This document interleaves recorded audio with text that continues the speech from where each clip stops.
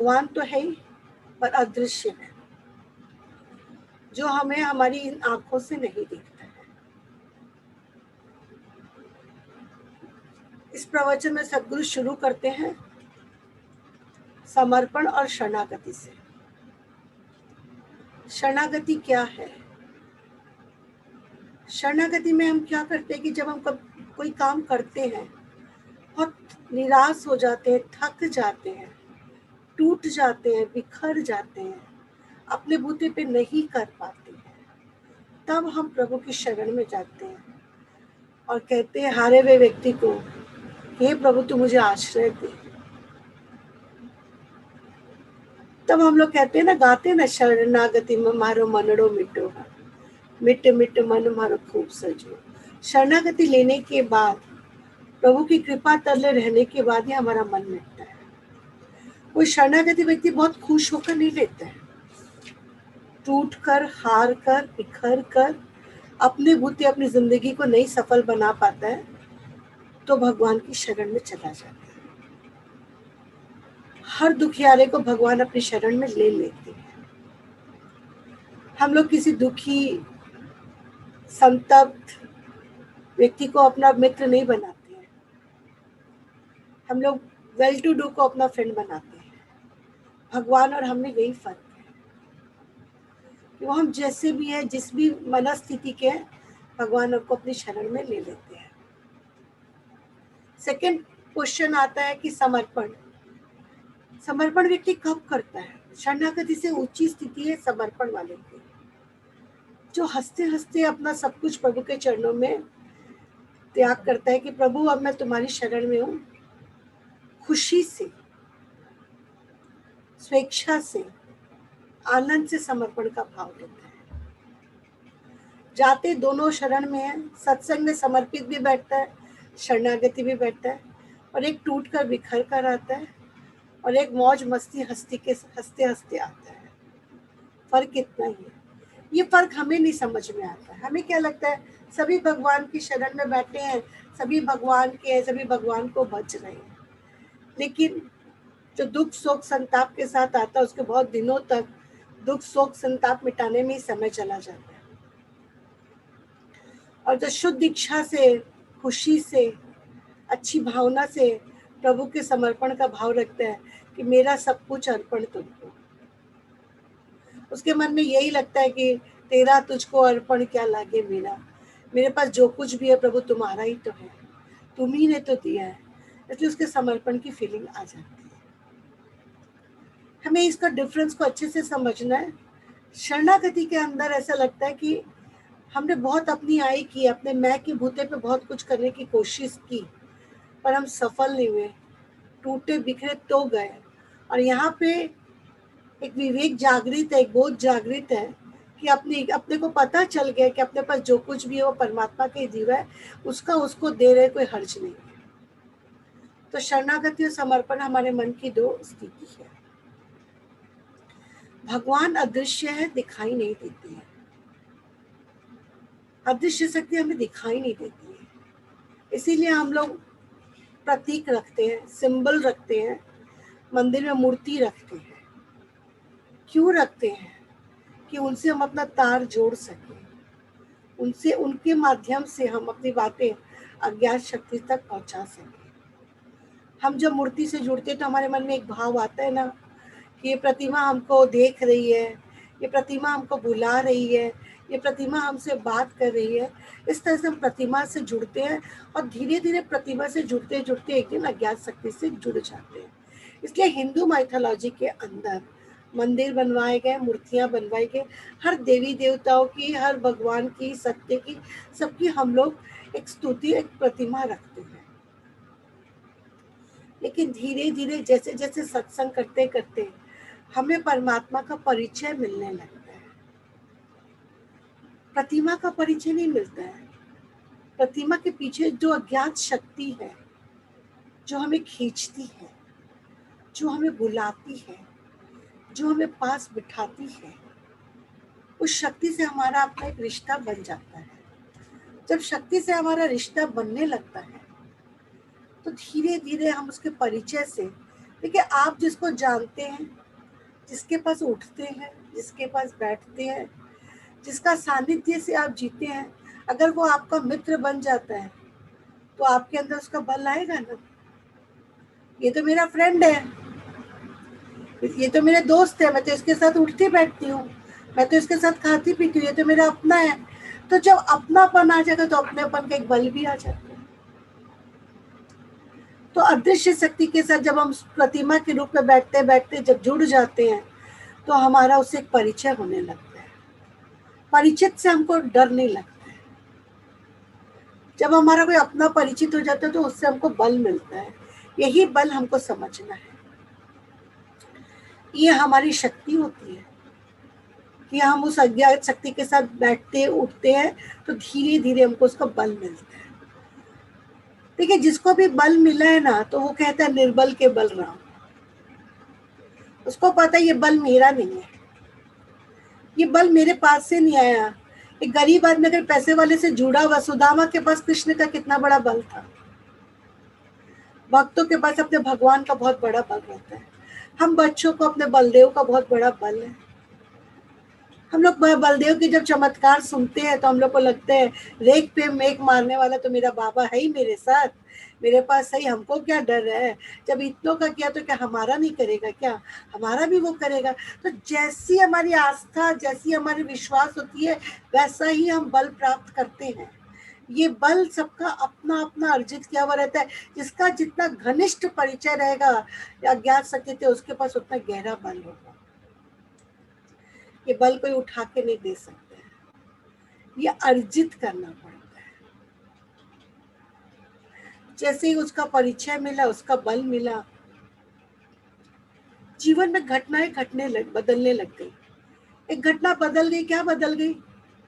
पहले भी हम ये कार्य करते थे पर इतना अच्छा नहीं करते थे। पहले भी बहुत काम करते थे पर इतना अच्छा नहीं करते, इतना सराहने वाला काम नहीं होता था, इतना बढ़िया काम नहीं होता था। घंटों का काम हम मिनटों में नहीं कर पाते थे, अब तो हम बहुत सारा काम कर पाते हैं। हर कार्य हमारे लिए आसान होता जाता है। देखिए, अज्ञात शक्ति की कृपा जो हो गई है, तो सबसे पहले अज्ञात शक्ति से जब हमारा उसकी शरण में हम बैठते हैं, शरणागति से हम समर्पण तक पहुंचते हैं, धीरे धीरे हम उसके रूप को पहचानते हैं, धीरे धीरे उसको परिचय मिलता है। जैसे ही परिचय मिलता है बल आता है, और बल आते ही हम देखते हैं हमारे कार्य की रूपरेखा प्रणाली सब बदल गई है। तब हमें अंदर से पता चलता है करता कोई और है, हम निमित्त मात्र हैं। ये जो स्थिति हमारे अंदर आती है, इससे हमको बहुत बड़ा बल और भी ताकत आती है। पहले तो बल आया, बल को कार्य के रूप में जब इस्तेमाल करने लगे तो सफलता आने लगी। बल मिला तो क्या हुआ? हम थोड़ी ना बल से अहंकारी बने, हम थोड़ी ना बल से दूसरों पर अत्याचार शुरू किए, दूसरों पर शासन शुरू किए। भक्ति की शक्ति से सब क्या करते हैं? दूसरों पर अत्याचार करते हैं, दूसरों पर शासन करते हैं। नहीं, हमने बल का सदुपयोग किया, उसको शुभ कर्म में लगाया। जब शुभ कर्म में लगाया तो देखा कि कितने कार्य हमारे द्वारा संपन्न होते हैं, लेकिन करता कोई और है, मैं निमित्त मात्र। और मन झुक गया परमात्मा के प्रति, और जैसे जैसे और गहरा रिश्ता बना, हम लोग बोलने लगे भाई करता कोई और, हम तो निमित्त, हम कुछ नहीं करते। हम लोग तो इस गद्दी पे आके बैठ जाते हैं, भगवान बुलाता है, भगवान की संगत है, भगवान की महफिल है, भगवान के बच्चे, हर कार्य का करता भगवान है। धीरे धीरे भगवान के प्रति भावनात्मक रिश्ता बन जाता है। ये भावनात्मक रिश्ता बहुत बड़ा रिश्ता है। बल भी मिला, कार्य का कर्ता भी भगवान मिला, और एक भावनात्मक रिश्ता भी मिला। महसूस कीजिए इन बातों को कि क्या सच में हम निर्बल थे, हमको बल मिला? क्या मेरे हर कार्य की पूर्णता में हमको परमात्मा की झलक मिलने लग गई? क्या हमारे हृदय में भगवान की भावना आने लग गई? ये महसूस करने की चीज है हमारी। ये ज्ञान प्रधान प्रवचन, ये बहुत हृदय प्रधान प्रवचन है कि क्या ऐसी भावना आ गई, यानी उसकी बहुत बड़ी कृपा है। उसको कौन जान सकता है? जो उसका भक्त है, जो उसके साथ वक्त बिताता है, जो उसके सानिध्य को जीता है, जो हर पल साथ साथ रहता है, वही समझ पाता है जिसके हृदय में निरंतर उसका प्रेम प्रवाहित होता है। रिश्तों का प्रेम प्रवाहित नहीं हो रहा है, परमात्मा का प्रेम प्रवाहित हो रहा है। प्रभु से कर ले प्यार, अरे तू जीते जी, प्यार करे उद्धार सभी का जीते जी। ये दिल की आवाज बन जाती है कि अरे करके तो देख, उसके साथ भक्ति करके दे, उसकी भक्ति करके तो देख, उसकी शक्ति को महसूस करके तो देख, उसके साथ समय बिता के तो देख, उसको प्यार करके तो देख। देख साधना का स्तर कितना ऊंचा हो जाएगा। साधना माने क्या? कोई साथ ही नहीं है, कोई इच्छा ही नहीं है। प्रभु भी बैठे, हम भी बैठे, आस पास बैठे, साथ साथ बैठे हैं, सानिध्य को जी रहे। भगवान को भी बहुत सुकून मिलता है जब उनका भक्त निस्वार्थ भाव से शांति से सिर्फ उसके सानिध्य का आनंद लेता है। देखिए बड़े आदमी से अगर छोटा आदमी मिलता है ना, एक जल्दी से लिस्ट देता है, और जब भक्त अपने भगवान के साथ बैठता है, वास्तविक भक्त अगर होगा तो सुकून लेगा, शांति लेगा, सानिध्य लेगा, और भगवान भी बहुत खुश होते हैं। ऐसे भक्तों के लिए भगवान तरसते हैं कि जो आके खाली बैठे, सानिध्य सुख ले और दे। भगवान को क्या हम बुद्धि के बल पे जान सकते हैं? हमने कितनी बार हम आप लोग को सत्संग में कहते हैं कि देखो सत्संग करते वक्त बुद्धि को साइड में रखिए और हृदय प्रधान बनकर बैठिए। बुद्धि के बल पर हम भगवान को कभी नहीं प्राप्त कर सकते। कुछ अर्थ है इस शक्ति को जानने के, कुछ तरीके, कुछ अर्थ इस शक्ति से हम समझेंगे। इस शक्ति को जानने की कुछ अपनी महिमा है।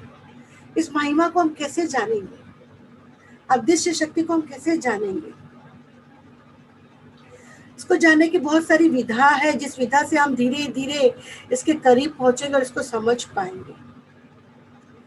जब हम अदृश्य शक्ति के साथ जुड़ते हैं और अदृश्य शक्ति के सानिध्य से हम जीते हैं, तो एक बात याद रखिए, कई बार देखिए हम लोग सत्संग में गुरु जी के पास आके बोलते हैं, गुरु जी हमारा बेटा विदेश गया हुआ है, 2 महीना हो गया, कोई फोन ही नहीं आ रहा, एक बार आप बताइए ना कैसा है। भगवान अपने गुरु अपनी आंख बंद करके बोलता है, हाँ हाँ एकदम ठीक है, काम में बिजी इसलिए नहीं फोन कर पा। वो कहीं भी रहते, अपनी अज्ञात शक्ति से उनको देख लेते हैं और उसका कल्याण कर देते हैं। अज्ञात शक्ति से अगर हम जुड़ जाएंगे तो दूर बैठे भी हम किसी का कल्याण कर सकते हैं। पास का तो करते ही करते, दूर बैठे भी कल्याण कर सकते, कि वहां भावना जागृत हो गई है। भावना से हम किसी का भी भला कर सकते हैं। देखिए हम लोग रेकी करते हैं तो भावना से तो सामने वाले के पास कल्याण की भावना भावना जाती है। तो भावना में कितना बड़ा बल है। ये कहीं भी बैठ के अज्ञात शक्ति का आधार लेके अपनी कितना बड़ा बल है। ये कहीं भी बैठ के अज्ञात शक्ति का आधार लेके अपनी अपना प्रेम, अपना भाव, अपनी कृपा भेज सकते हैं, सामने वाले का दुख दर्द को दूर कर सकते हैं। तो दूर बैठ के भी हम अज्ञात शक्ति की कृपा से कल्याण कर सकते हैं। कितने अच्छे से हम लोग समझ रहे हैं कि ये अज्ञात शक्ति अगर जीवन में आ जाए तो कितनी बड़ी कृपा हो। अब ये अज्ञात शक्ति है कैसी? देखिए आजकल के जीवन में हम लोग देखते हैं वायरलेस है सब कुछ। फोन, पहले के जमाने में रेडियो वायरलेस था, तो जहां भी स्टेशन देखे हम लोग विविध भारती सुनते थे। बिनाका का शिलोंग कैसे सुनते थे, कैसे घसघस घस, अगर रेंज नहीं आता तो आवाज कैसे घसघस आती थी, फिर भी हम लोग उसको हवा में लेके जाते थे। जिस डायरेक्शन से मिलता था उस डायरेक्शन से शिलोंग सुनते थे कि शिलोंग में गाने बहुत अच्छे आएंगे। कभी आप लोग को अपना बचपन अगर याद होगा तो हम लोग हमारे जमाने में बहुत रेडियो सुना करते थे, विविध भारती और शिलोंग। तो ये रेडियो से क्या होता, रेडियो स्टेशन पे गाने चालू हो जाते थे और हम लोग अगर अपने स्टेशन को चालू करते तो हम तक बात आती है। ऐसे ही आजकल हम लोग देखते हैं ना, रिमोट से हम लोग एसी चला रहे हैं, रिमोट से गेट खोल रहे हैं, रिमोट से कितने काम हम लोग कर रहे हैं, सब वायरलेस ही तो है। तो पहले भी वायरलेस की शक्ति थी, आज भी थी। आज हम लोगों ने उसको साइंस का रूप दे दिया है। लेकिन अज्ञात शक्ति से अगर हम जुड़ेंगे तो हमें पता चलेगा कि अज्ञात शक्ति से जुड़ने से हमारे अंदर कितनी बड़ी कृपा आती है। हम इसको समझ पाते हैं। वायरलेस होती है ये हम ये मतलब जहाँ है वहां से हमको मिलती रहती है। तो अज्ञात शक्ति के साथ हम जब चाहे जैसे चाहे वैसे ही जुड़ सकते, अगर हमारा मन चाहता है। अगर हम रेडियो का स्टेशन लगा के रेडियो सुनते हैं, तो अगर हम ध्यान लगाएंगे तो हम अज्ञात शक्ति के साथ भी जुड़ सकते हैं। जब तक कि आप शरणागति नहीं लिए हो, आपको बल प्राप्त नहीं हो, आपके कार्य में उसकी झलक नहीं हो, आपकी भावना से वो जुड़े हो, उसको प्राप्त करने के लिए आपने भक्ति भक्ति किया, प्रेम किया, उच्च कोटि की साधना की और दिन भर उसके साथ जुड़े रहे, तो अज्ञात शक्ति के साथ आपका कनेक्शन, जैसे हमारा रेडियो के साथ वायरलेस कनेक्शन है, वैसे अज्ञात शक्ति के साथ भी हमारा वायरलेस वाला कनेक्शन है। अदृश्य शक्ति को हम लोग समझने के लिए भगवान चाहते हैं हर वक्त हमारे माध्यम से अपने भाव, अपने विचार, अपने कार्य करवाते रहे, लेकिन उनको न तो पात्र मिलते, न व्यक्ति मिलते, न समझ मिलते हैं, तो वो अपना काम किसके द्वारा कराएं? जब तक कि हमारा पूर्ण समर्पण नहीं होगा, तब तक वो हमारे द्वारा काम करवा नहीं सकते। हम लोग उनकी बातें तो बहुत समझते हैं, पर उनकी बातों में जो शक्ति है, उस शक्ति को हम नहीं पहचान सकते। अज्ञात शक्ति बार बार अपना कार्य हमारे द्वारा कराने की कोशिश कर रही है, लेकिन हम अज्ञात शक्ति की बात को समझ नहीं पाते। हम लोग भी देखते हैं ना, शब्दों की महिमा सत्संग में बहुत सुनते हैं ना, बहुत सारी बातें सुनते हैं, रखते हैं, और हम लोग कहते हैं शब्द ही ब्रह्म है, शब्दों की महिमा तुम नहीं जानते हो। हम लोग कहते हैं ना, भगवान कृष्ण की वाणी आज भी वायुमंडल में गूंज रही है। तो शब्दों की शक्ति को हम सुन रहे हैं, समझ रहे हैं कि शब्द कितने महत्वपूर्ण है, इन शब्दों में कितनी बड़ी ताकत है, इन शब्दों में कितनी बड़ी कृपा है। इन शब्दों को हम समझने की कोशिश करते हैं, लेकिन हमें ही नहीं पता होता कि जिस शब्द का हम उच्चारण करते हैं, ये कितने दूर तक प्रभाव डालेंगे। सुन रहे हैं हम शब्दों की महत्ता को, और हमें खुद को मालूम नहीं रहता है कि शब्द में कितनी बड़ी ताकत है करके। लेकिन कभी कभी गुरु की वाणी हमारे अंदर कैसा कार्य कर जाती है कि एक ही शब्द होता है, हमारा जीवन बदल देती है, हमें जीव से शिव बना देती है, हमें निराधार से आधार बना देती है, हमें जगती से भक्ति की ओर ले आती है, हमें बुद्धि से भक्ति करने नहीं सिखाती, हमें कहती है हृदय से करो। बुद्धि से भगवान को नहीं प्राप्त किया जा सकता है, भाव से भगवान को प्राप्त किया जा सकता है। आइए, इसमें एक बहुत ही संवेदनशील पंक्ति थी कि भगवान की जो हम प्रार्थना करते हैं, क्या ये प्रार्थना भगवान तक पहुंचती है क्या? अब देखिए, ये बात एक प्रश्न था, क्या हमारी प्रार्थना भगवान तक पहुंचती है क्या? तो इसमें बहुत सुंदर गुरुजी हमें बताते हैं कि जैसे एक पोस्ट ऑफिस में हम चिट्ठी डालते हैं, तो उसमें एड्रेस लिखते हैं कि जहाँ जाएगी उसका एड्रेस है, वो तो पोस्ट ऑफिस से वो चिट्ठी डालती है, तो डाकिया जहाँ पहुंचानी होती है वो चिट्ठी पहुंचा देते हैं। तो क्या आपकी प्रार्थना जब आप करते हो, तो आपको ये मालूम है कि आपका भगवान कहाँ है? आपका भगवान कहाँ है? खोजिए, बताइए आपका भगवान क्या है। तो बोलते नहीं, प्रार्थना करते हैं, भगवान तो है ही, मंदिर में है, मस्जिद में है, गिरजाघर में है, गुरुद्वारे में है। इतने स्थान किस लिए बनाए गए हैं? सब जगह ही तो भगवान है, सब जगह ही तो भगवान की कृपा, भगवान है। भगवान तो सभी जगह, भगवान की प्रार्थना कहाँ बेकार है? जब जब भगवान की प्रार्थना करके भगवान तक जाएगी। लेकिन बहुत अच्छे से समझना है कि हमारी प्रार्थना हमारे भगवान तक पहुंचती है कि नहीं पहुंचती है। तो हमारा जो पोस्ट ऑफिस है, जहाँ हम ये प्रार्थना डालेंगे और भगवान तक पहुंचेगी, वो जगह क्या है? हमेशा भगवान कहते ही हैं कि तेरा पोस्ट ऑफिस जो है तेरा अंतःकरण है, और तेरे अंतःकरण में तेरा भगवान, तेरा भगवान तेरे भीतर है, और तुम जो भीतर से उसको बोलते हो सब सुन लेता है। वो हमारी जन्मती हुई इच्छा को समझ जाता है, हमारी दूर की बात समझ जाता है, वो हमारी हर प्रार्थना को सुन लेते हैं। हम लोग बोलते हैं ना, जिन खोजा तिन पाई या गहरे पानी डूब।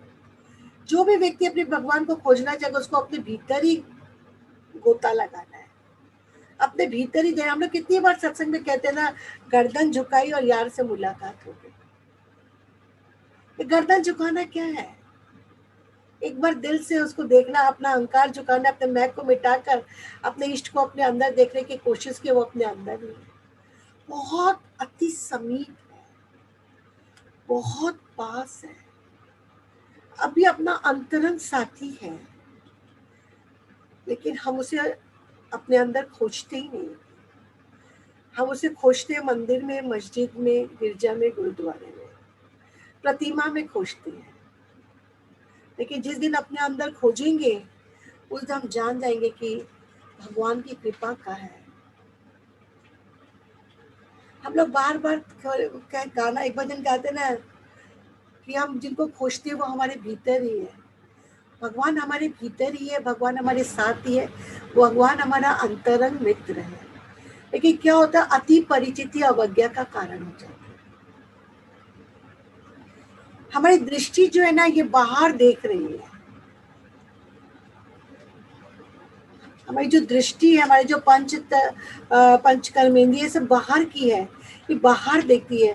हमारे भीतर में हमें देखना ही नहीं आता है, अपने भीतर उस अज्ञात शक्ति को पकड़ना ही नहीं आता है, उस अज्ञात शक्ति की समीपता को हमें अनुभव ही नहीं कर पाते हैं कि वो अति समीप है, वही पास है, वही मेरे पास है। हम जिसे खोजते हैं वो मेरे भीतर ही है। तो जो भीतर है वो तो भीतर से ही मिलेगा हम लोग को। हम इसीलिए आज हम वो भजन भी करवाए थे, तू तरंग महासागर, आना जाना कहीं नहीं, तू तरंग महासागर की। हम भगवान को जहाँ जहाँ ढूंढ रहे हैं वहां कहीं नहीं मिलेगा, सबसे पहले मिलेगा तो वो हमारे भीतर मिलेगा। और जब आपको अपने अंदर महसूस होगा कि आपका भगवान आपके पास है, आपके भीतर है, ये बल भी उसका, ये वाणी भी उसकी, ये कार्य भी उसके, ये भावनाएं भी उसकी, ये भक्ति की शक्ति भी उसकी, ये मेरा अंतःकरण है, उसकी पोस्ट ऑफिस है, सब बातें उसी की है। तो बाहर क्या चक्कर काट रहा, भीतर भीतर देखो अपने बाहर को। बाहर कुछ भी नहीं है, जो कुछ है तुम्हारे भीतर है। तो फिर हम क्या करते हैं, हम अपने आप को भीतर से उठाने लगते हैं, स्वयं को उठाने लगते हैं, खुद से खुद का परिचय खोजते हैं कि मैं कौन हूँ, क्या हूँ, मुझे किसकी आराधना करनी है। तो मुझे स्वयं की आराधना करनी है, मुझे किसी और की आराधना नहीं करनी है। हमें किसको खोज रहे, किसका स्वयंवर रचाना है, स्वयं का ही स्वयंवर रचाना है। खुद को ही, खुद ही के अंदर खुद के परम पिता को, खुद की परम शक्ति को खोजना है। और अपनी शक्ति को जब हम खोजेंगे तो भीतर ही हमारा स्वयंवर रचेगा और भीतर ही हम वर्ण करेंगे और अपने नारायण को अपने भीतर प्राप्त करेंगे। कब प्राप्त करेंगे, जब हम खुद स्वयं उठेंगे, खुद से उठेंगे, खुद में जागृति लाएंगे, खुद की पूजा, खुद की आराधना, खुद के भीतर देखना, खुद के वर को खोजना और अपने अंदर स्वयंवर रचा के अपने नारायण को प्राप्त खोजना। कितनी बड़ी कृपा है अज्ञात शक्ति की। बाहर का पोस्ट ऑफिस, बाहर की पूजा, बाहर की आराधना, इस सब सत्संग करते करते हम लोग देखते हैं ना, हम लोग बाहर के धर्म, कर्म, जाति, व्यवहार, इस सब में फंस जाते हैं, बाहर की चीजों में अटक जाते हैं। भीतर की चीजें में पकड़नी नहीं आई है तो हम बाहर ही अटकेंगे ना। तभी हम विधि विधान में अटकते हैं, तभी हम मंदिरों के नियम बना लेते हैं, संस्था का एक विधान बना लेते हैं, सत्संग का भी एक नियम बना लेते हैं। जैसे स्कूल का एक नियम हो जाता है, इतने बजे जाएंगे, इतने बजे आएंगे, पहले आओ, पहले परमात्मा की स्तुति होगी, फिर भजन होंगे, फिर हम लोग का प्रार्थना होगी, फिर प्रवचन होगा, फिर आरती होगी। हम सब एक विधान बना लेते हैं, सब बाहर की चीजें। भगवान बोलते भिन्न भिन्न धन, भिन्न भिन्न कर्म, भिन्न भिन्न जाति के व्यवहार, सब अलग अलग है, इन सब से हमको निकलना है।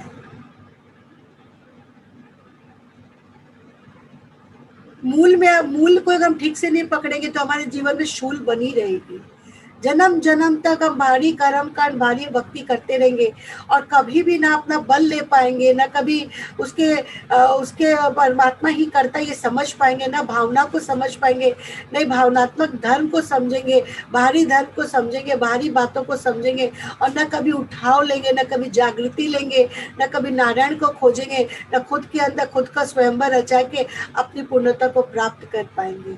तो सत्संग हमें बताती है कि अदृश्य शक्ति चारों तरफ है, हमें उसे अपना तार जोड़ना है। जैसे ही हमारा तार जुड़ जाएगा, जिस चीज को हम दोहराते जाएंगे दोहराते जाएंगे दोहराते जाएंगे, वो चीज हमारे जीवन में घटती है। अगर हम ये मान ले कि अदृश्य शक्ति चारों तरफ है और हमारा उससे तार जुड़ा हुआ है, उसकी कृपा मुझे मिल रही है, मिलती रहेगी, और उसकी कृपा से ही काम कार्य हो रहा है।